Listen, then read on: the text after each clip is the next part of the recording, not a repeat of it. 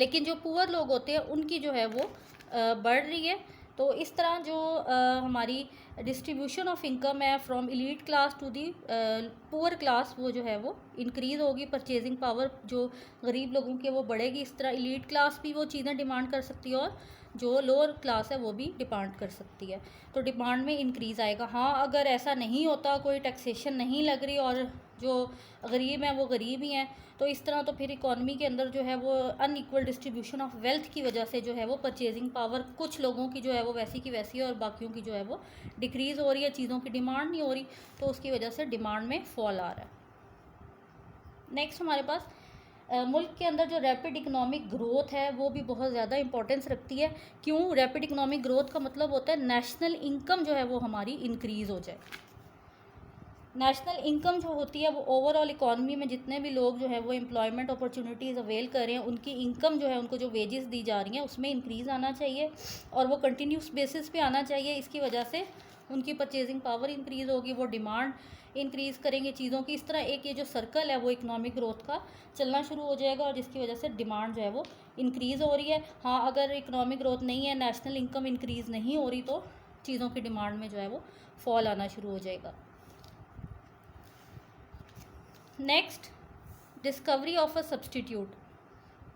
एक प्रोडक्ट जो है वो मार्केट में आई है, तो उसके अंदर ये होता है कि फॉर एग्जांपल अगर मैं पेन और पेंसिल की बात करूं, पहले पेंसिल जो है वो लोग यूज़ करते थे, अब मार्केट में जो है वो पेन आने शुरू हो गए। तो ये सब्सटीट्यूट जो है वो डिस्कवर जो ही हो रहा है, उसकी वजह से जो है वो एक जो है लोगों की जो है उनकी फैशन में, उनके टेस्ट में थोड़ा चेंज आ गया। पहले वो पेंसिल यूज़ करते थे तो उसकी डिमांड ज़्यादा थी, अब जब पेन आए हैं तो पेन की डिमांड ज़्यादा हो गई और जो सब्सटीट्यूट जिसका आया यानी पेंसिल का, उसकी डिमांड जो है वो डिक्रीज़ हो गई है।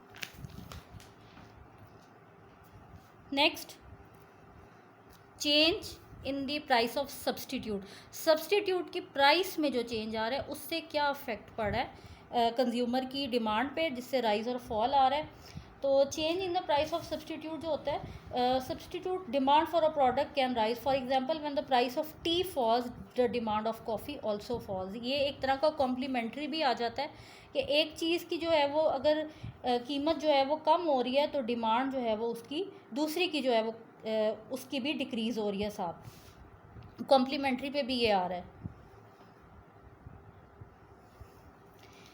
क्योंकि टी की जब प्राइस डिक्रीज़ होगी तो लोग कॉफ़ी जो अवेल कर रहे थे वो कॉफ़ी को छोड़ के टी की तरफ आएंगे, क्योंकि टी की प्राइस जो है वो डिक्रीज़ हो गई है। इस तरह एक जो सब्सटीट्यूट है उसकी प्राइस पे इफेक्ट पड़ा है, उसकी प्राइस डिक्रीज़ होने की वजह से दूसरी भी जो है वो डिक्रीज़ हो रही है। दूसरी की डिमांड, एक की प्राइस डिक्रीज़ हुई है तो दूसरी की डिमांड भी डिक्रीज़ हुई है। क्यों?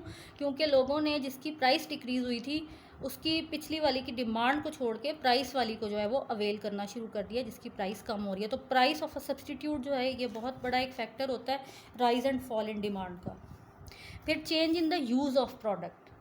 With the change in the taste of people the demand for product also changes. For example जैसे अगर पीपल स्टार्ट डिसलाइकिंग शुगर तो उसकी डिमांड जो है वो कम होनी शुरू हो जाएगी, और उसके अगर उसको शुगर की बजाय लोग जो हैं वो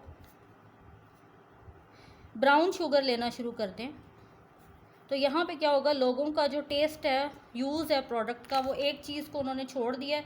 उन्होंने देखा है जी, रोज़ टीवी में दिखाते हैं कि जो शुगर है white sugar that is injurious to health, तो लोगों ने उसको कम कर दिया और ब्राउन शुगर जो है जिसको हम उर्दू में शक्कर भी कहते हैं उसकी जो है डिमांड को बढ़ा दिया है। तो change in the use of product ये कंज्यूमर पर डिपेंड करता है कि वो कौन सा प्रोडक्ट जो है वो यूज़ करना चाह रहा है।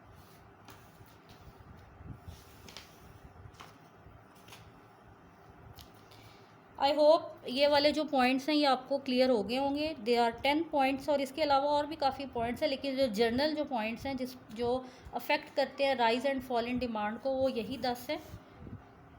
तो if you have any questions, आज का जो लेक्चर है वो 2 पार्ट्स में जो है वो अपलोड होगा, तो अगर इससे रिलेटेड कोई क्वेश्चन है तो you can ask in the comment section.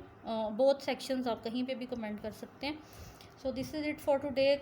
Next जो हमारा लेक्चर होगा वो हमारा होगा इलास्टिसिटी ऑफ डिमांड पे। ये तो हमारी चेंजेस इन डिमांड थी, तो जो नेक्स्ट हमारा टॉपिक है वो डिमांड की इलास्टिसिटी है कि कितना परसेंट जो है वो डिमांड में चेंज आता है किसी भी फैक्टर की वजह, फैक्टर के चेंज होने की वजह से।